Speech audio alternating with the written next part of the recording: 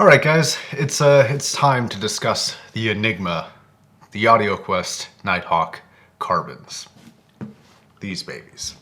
Just got them in the mail a couple days ago. Been listening to them for probably about 5 hours now. A little bit of disclosure: they do recommend a 150-hour burn-in, so I'm only about 5 hours out of 150, so I'm not quite there. So everything I say is strictly and only first impressions. It's not a total review, it's just what I have tested and found so far. Let's get started. These are the best gaming headphones I have ever heard in my entire life. Period. Nothing even comes close. The representation of soundstage and imaging, along with a very, very present bass, is what I think gives these things the upper hand.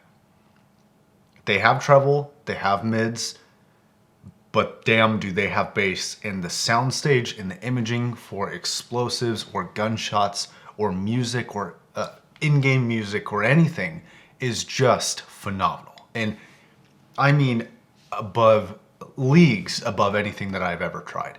Explosions that happen right there. I could close my eyes and point to where they are, and on the screen, that's exactly where it would be. Or, if you imagine yourself in the world, you know what I mean. They are just phenomenal. Now, maybe you're a gamer with a gigantic budget of $700 plus tax, bringing these in my state to about $770. Or you're an audiophile looking to get into gaming. These are a fantastic pair of headphones. I will describe the sound signature and how these are represented and built like this. I think that these could be imagined as being created by a gamer for an audiophile, instead of by an audiophile for a gamer. Now, these are not a designated gaming headphone by any means. So these are kind of explained as more of an audiophile headphone for music and reproduction of sound in that way. And they can do that, and they do that fairly well. I mean, after all, they're a $700-something pair of headphones. They better do that pretty well. But their speciality, by far, is gaming. For me, for what I listen to. The bass is incredibly deep. I mean, you could probably hear, if you had the ears for it, you could hear as low as the human frequency, hearing frequency can get. And these can reproduce that in an audible way, in a way that you don't have to hunt for it. It gets pushed towards you. That is impressive. The M1060s there have bass, but it is nothing like this. And this isn't muddy. It's not distorted. It is just present. It's just there. It's very confident with its ability to create bass. And I do like that, and that does add to the traditionally, it's to be considered warm signature of these headphones. They are warm, they are thick, they are not a refreshing pair of headphones. You don't put them on and feel like a breath of fresh air. You put them on and it feels like work. These have a sort of pressure to them. When you put them on, it's almost like you're in a chamber, but not in an echoey capacity, more like in a very, very confined, claustrophobic sense. And it's not a bad thing, though. That's why these headphones are so weird, is because they're doing these things that would be considered like rule breakers. Like, they are not a reference pair of headphones. They're a $700 audiophile enthusiast grade musical reproduction headphone, but they are not reference. They are extremely colored. Extremely colored is not the right way of saying it. They are colored to the highest degree that you can be while still maintaining what would be considered by an audiophile to be a respectable sound signature. I don't consider them at all to be neutral. They are not something that you are... If Sennheiser is the baseline and Beyerdynamic is the highs up here. Not just the highs, but sound signature wise, Beyerdynamic is here. Sennheiser is here. This is way pages over here, but still in the audiophile realm of things. They have this really impressive way of hiding. The details are not force-fed to you, but they are there for the picking. So with the M1060s, right, everything that you want or could want to hear, whether you want to hear it or not, is force-fed into your ears. It's easy to pick out the detail and the texture for everything. These are different. These don't work that way. These have a layer that it wants to play, that it has the sound signature that it wants to play, and then everything else is there, it's just slightly underneath. So as soon as you go looking for it, you're like, I'm missing something. But as soon as you go looking for it, it's right there, and you can find it, and it's easy to find. It's not hard. The detail is there, but it's not force-fed into your ears. Now to go against this, not to compliment it, but to actually polarize what I just said, is that the sound, and I'm not sure if it's the manufacturing of the driver, if it's the shape of the driver, the chamber, I don't know what it is, but it has this pressure wave that hits you on every note. And I mean every note, your highs, your mids, your lows, it doesn't matter. It has this actual pressure wave that you feel hitting you. And so bass is not just, you don't just hear the bass, you hear it and you feel it. And this adds to the gaming thing that I was talking about, where if an explosion goes off, you feel the pressure. It's this really cool kind of experience for very enthusiastic music. Classical, you're not going to feel it so much. If you were a dubstep listener, though, I can imagine that these would be phenomenally great for dubstep. They have deep bass, good mid-range, good highs. The place that these fall apart at is vocal isolation. It's there. The vocals are there. They are present. They are not subdued by much, but it is a little bit. If you were listening to Sam Smith, he was a very heavily vocal artist. That's all of what he banks his artistry off of, is his vocals. They don't have this, I mean, they do, but they don't have this quality to them that something like the HD600s can reproduce, the texture of his voice. Whereas this has all that texture, you just have to hunt for it. You have to listen for it. It's not just presented easily to you. Now, depending on the music you listen to, this may be a good or a bad thing, and depending on the sound signature that you like, this may be a good or a bad thing.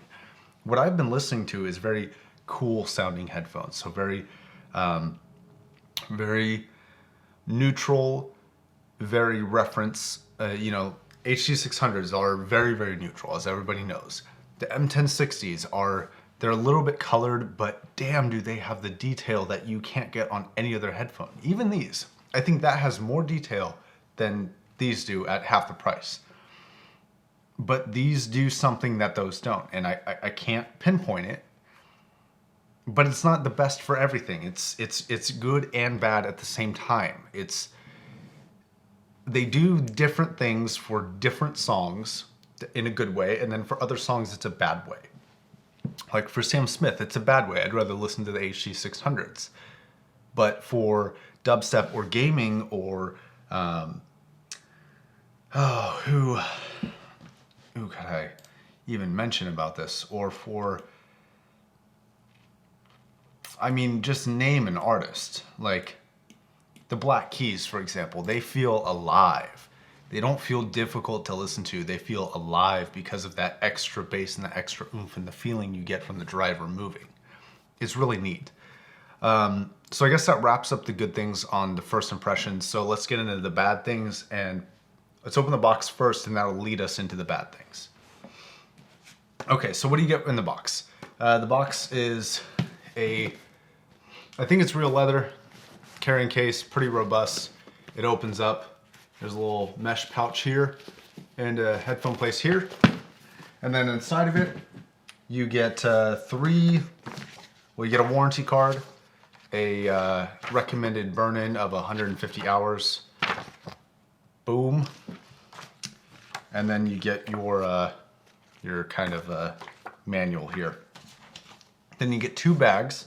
You get a large bag that could accommodate probably the entire headphone, and then a smaller bag that comes with the pads that come with it, which are these micro suede. The normal one is leather. I think it's either very, very good, the best I've ever seen, imitation leather, or it's some sort of real leather. These micro suede left and right proprietary ear pads, they clip in and clip out. And then they come with 2 cleaning cloths. One is black, and that's to clean the entire headphone. The other one is silver, and what that is for is cleaning the silver contacts on the cable. Here's where we get into the bad stuff. This cable sucks. This cable is horrendous. It's probably the worst cable I've ever seen come with a headphone, period. It feels like a balloon. It's squishy, kind of. It's squishy but hard, but the material itself feels like balloon material. It's also very stiff. It's less than 4 feet, I think, maybe about 4 feet. It's the only one it comes with. It has a 45 degree angle to it that's stiff. It doesn't change. It's got a 1.4 inch, or I'm sorry, 1/4 inch adapter that goes to a 4-pole 3.5 millimeter. And then that fat cable that is curved and doesn't uncurve terminates to these very thin cables that end in a 1.5 millimeter, or maybe it's 2.5. I can never remember.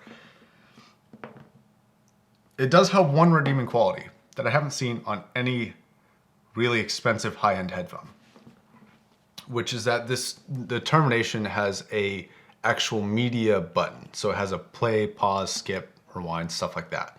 And then it also has a microphone, and that's where the 4-pole comes in. So if you wanted to use these, as a gaming headset, I guess you actually could, and it actually comes ready to go, which is kind of cool.